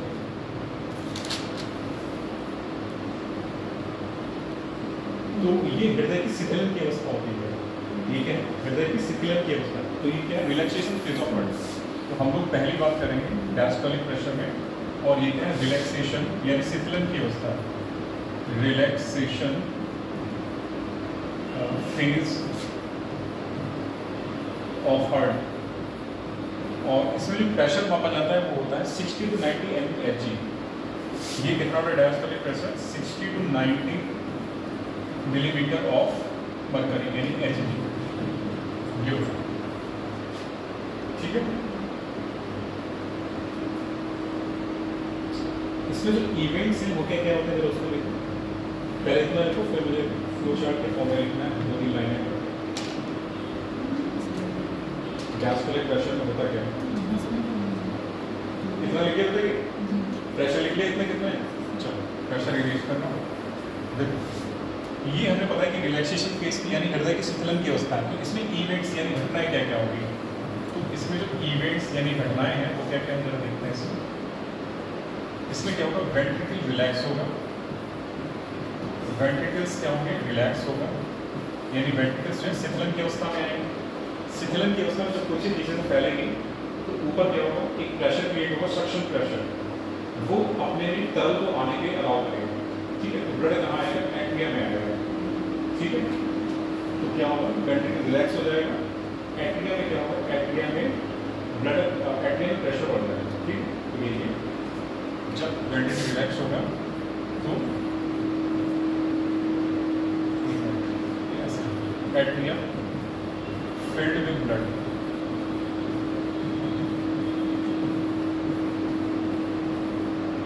ठीक है। क्या होगा बेटा, वेंट्रिकल रिलैक्स होगा, कोई चीज जब रिलैक्स होगी तो ऊपर क्या होगा, प्रेशर क्रिएट होगा, प्रेशर जब क्रिएट होगा तो वहां पे क्या होगा, ब्लड अपने आप आ जाएगा। तो एट्रिया फिल्ड विद ब्लड, ठीक है। तो एट्रिया में जब ब्लड आ गया तो एट्रिया के अंदर का प्रेशर अब ऑटोमेटिकली क्या होगा, और ज़्यादा हो जाएगा। तो pressure inside atria increases, clear rises. तो एट्रिया के अंदर का क्या होगा, प्रेशर बढ़ जाएगा।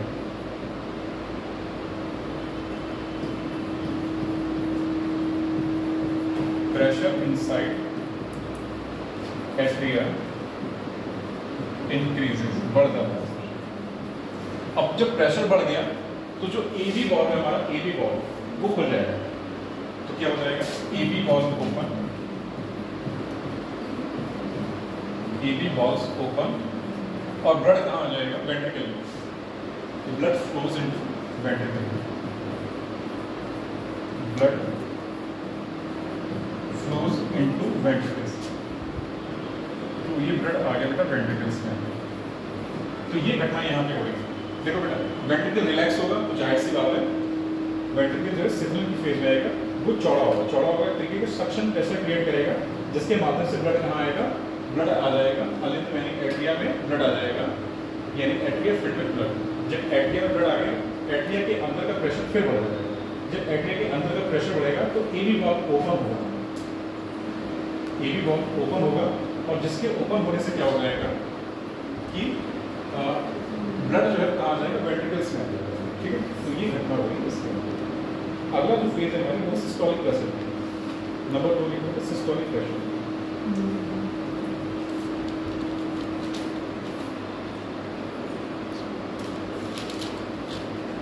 Number 2 systolic pressure.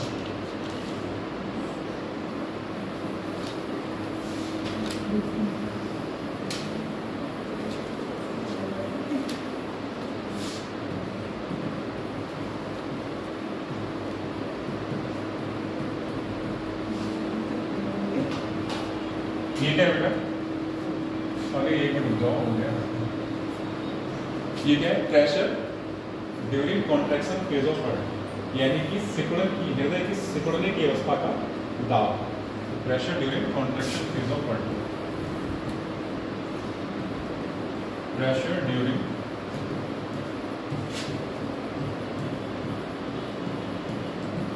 Contraction phase of heart.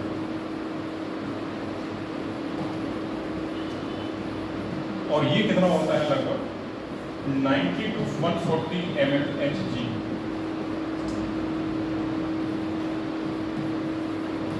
अगर इसको मेंशन करो इतना प्रेशर। और इवेंट्स क्या क्या होते हैं, जरा यहाँ पे देखो, इवेंट्स इसमें घटनाएं होती हैं वो क्या होती हैं। ठीक है,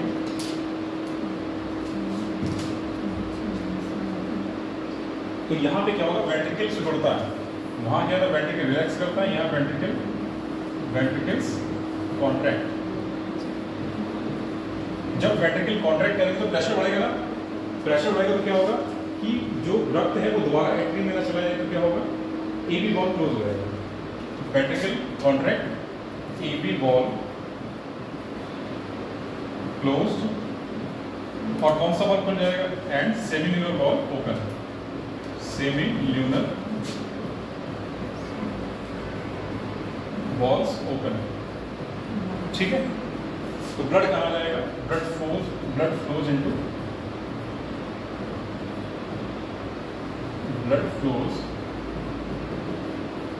इनटू एओर्टा एंड पल्मोनरी, या सीधे आर्टरी, पल्मोनरी आर्टरी होगा। Blood flows into aorta and pulmonary artery, aorta and pulmonary artery. Pulmonary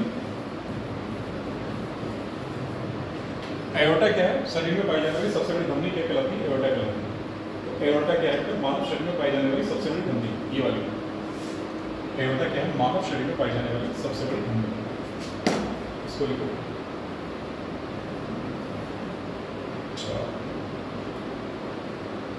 aorta मानव शरीर में पाई जाने वाली सबसे बड़ी धमनी।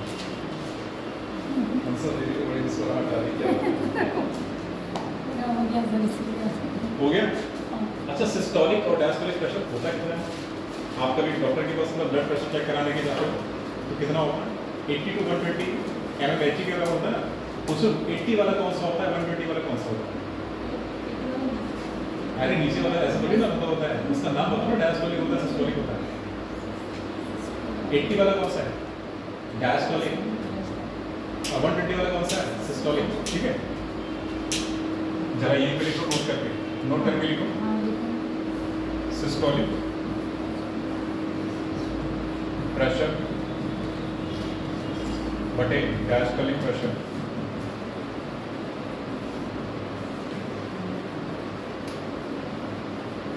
कितना होगा, ये 120 बटे 80 mmHg होता है। हमेशा याद रखना, डी छोटा होता है, डी अल्फाबेट में चौथे नंबर पे आ रहा है तो छोटा है, एस कितने पे आ रहा है, एस टी 19 नंबर पे आ रहा है तो बड़ा है, यानी कि 120 और डी छोटा है तो 80। ठीक है, याद करने की ट्रिक हो गई बड़ा छोटा है। तो सिस्टोलिक प्रेशर क्या है, 120, डायस्टोलिक प्रेशर क्या है, 80। अगला हेडिंग डालो, mechanism of blood flow, last heading step करेंगे। वैसे तो काफ़ी भी छूट रहा है इसमें, लेकिन फिर भी हम लास्ट करते हैं क्योंकि लिम्फेटिक सिस्टम पूरा इसी में रिलेटेड होता है।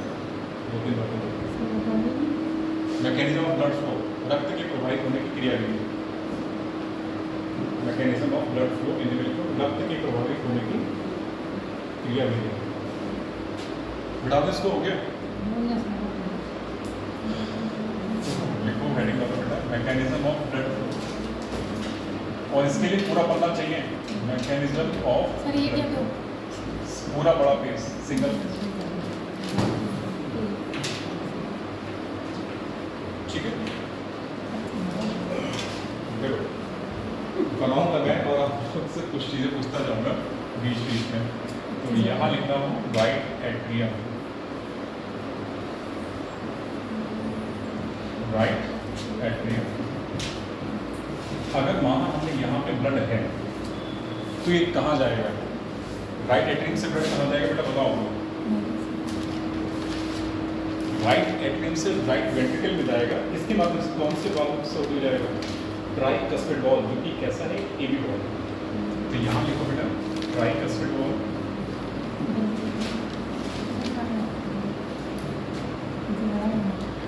और कहाँ आ गया ये? Right ventricle. बस दो मिनट और, राइट वेंट्रिकल यहाँ आ गया। अब राइट वेंट्रिकल में जब आ गया तो राइट वेंट्रिकल के बाद ये किसमें जाएगा? पल्मोनरी आर्टरी में जाएगा। लेकिन कौन से वाल्व से होते हुए जाएगा? जाहिर सी बात है पल्मोनरी सेल्युलर वॉल्व। तो यहाँ पे जो वॉल्व होगा उसका नाम क्या होगा? Pulmonary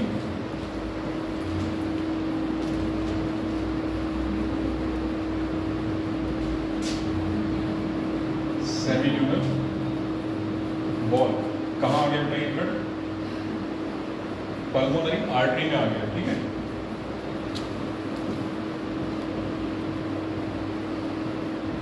pulmonary artery.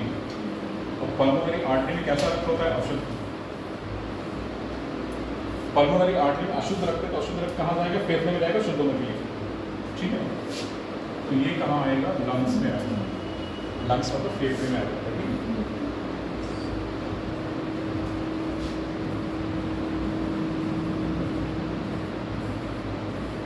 लंग्स के बाद शुद्ध हो गया रक्त, कहाँ जाएगा दोबारा? ये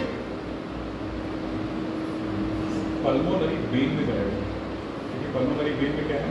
शुद्ध रक्त का। तो रक्त यहाँ से कहाँ जाएगा? पल्मोनरी वेन में आएगा।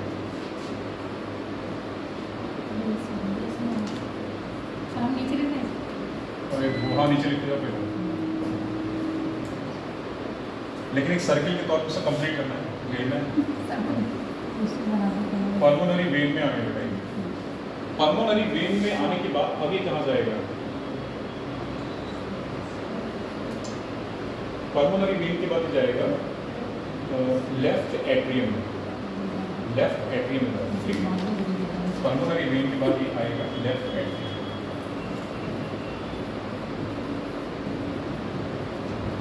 लेकिन वाल्व भी तो है ना बीच में, इसमें बाइकस्पिड वाल्व है।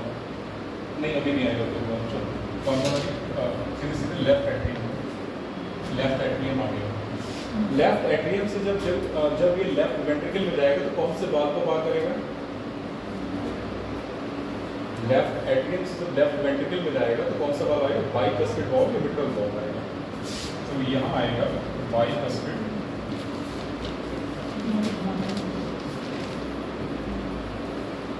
वाल्व। अब ये कहाँ पहुँचेगा? लेफ्ट वेंट्रिकल में आएगा, लेफ्ट वेंट्रिकल। अभी लेफ्ट वेंट्रिकल में आ गया, तो वेंट्रिकल को पार करने के बाद ये कहाँ जाएगा? आयोर्टा में जाएगा, यानी महाधमनी में जाएगा, महाधमनी रोड से। लेकिन कौन से वॉल्व को पार करेगा? तो उसका नाम क्या हो जाएगा? Aortic cellular valve.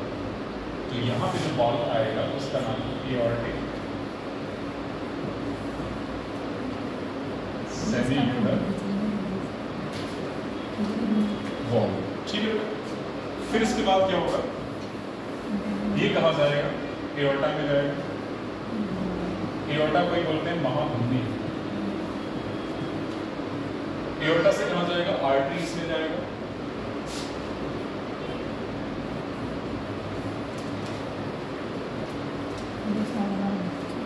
आर्टरीज से कहाँ जाएगा? वेन्स में जाएगा। इसका 1 मिनट नहीं, स्लाइड तो नहीं करना है, स्लाइड करेंगे तो उसको फिर साइकिल की फॉर्म में कैसे बनाएंगे ना। आर्टरीज के बाद सीधे सीधे आएंगे कैपिलरीज में, केशिकाओं में। यहाँ का यहाँ एक्सचेंज ऑफ गैसेस होता है, कैपिलरीज में क्या होता है, एक्सचेंज ऑफ गैसेस। फिर इसके बाद ये कहाँ जाएगा, वेन्स में।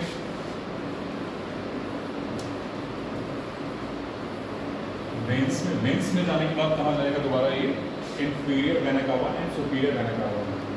तो उसके बाद कहाँ जा रहा है, inferior and superior vena cava, superior vena cava, ये यहाँ आ गया। और उसके बाद ये रक्त कहाँ आएगा, फिर यहाँ आएगा। ये साइकिल कंप्लीट होगी यहाँ पे। चलो बराबर से अब ये कंप्लीट होगा।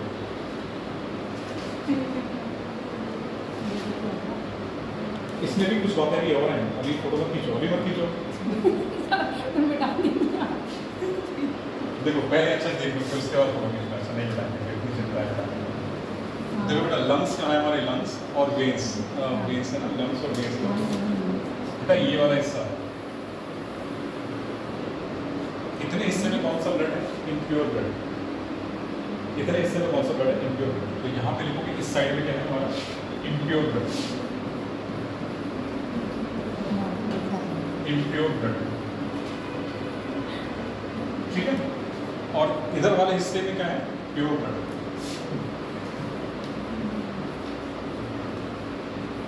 अच्छा, इम्प्योर ब्लड में मतलब क्या है, CO2 की मात्रा ज़्यादा है, ऑक्सीजन कम है।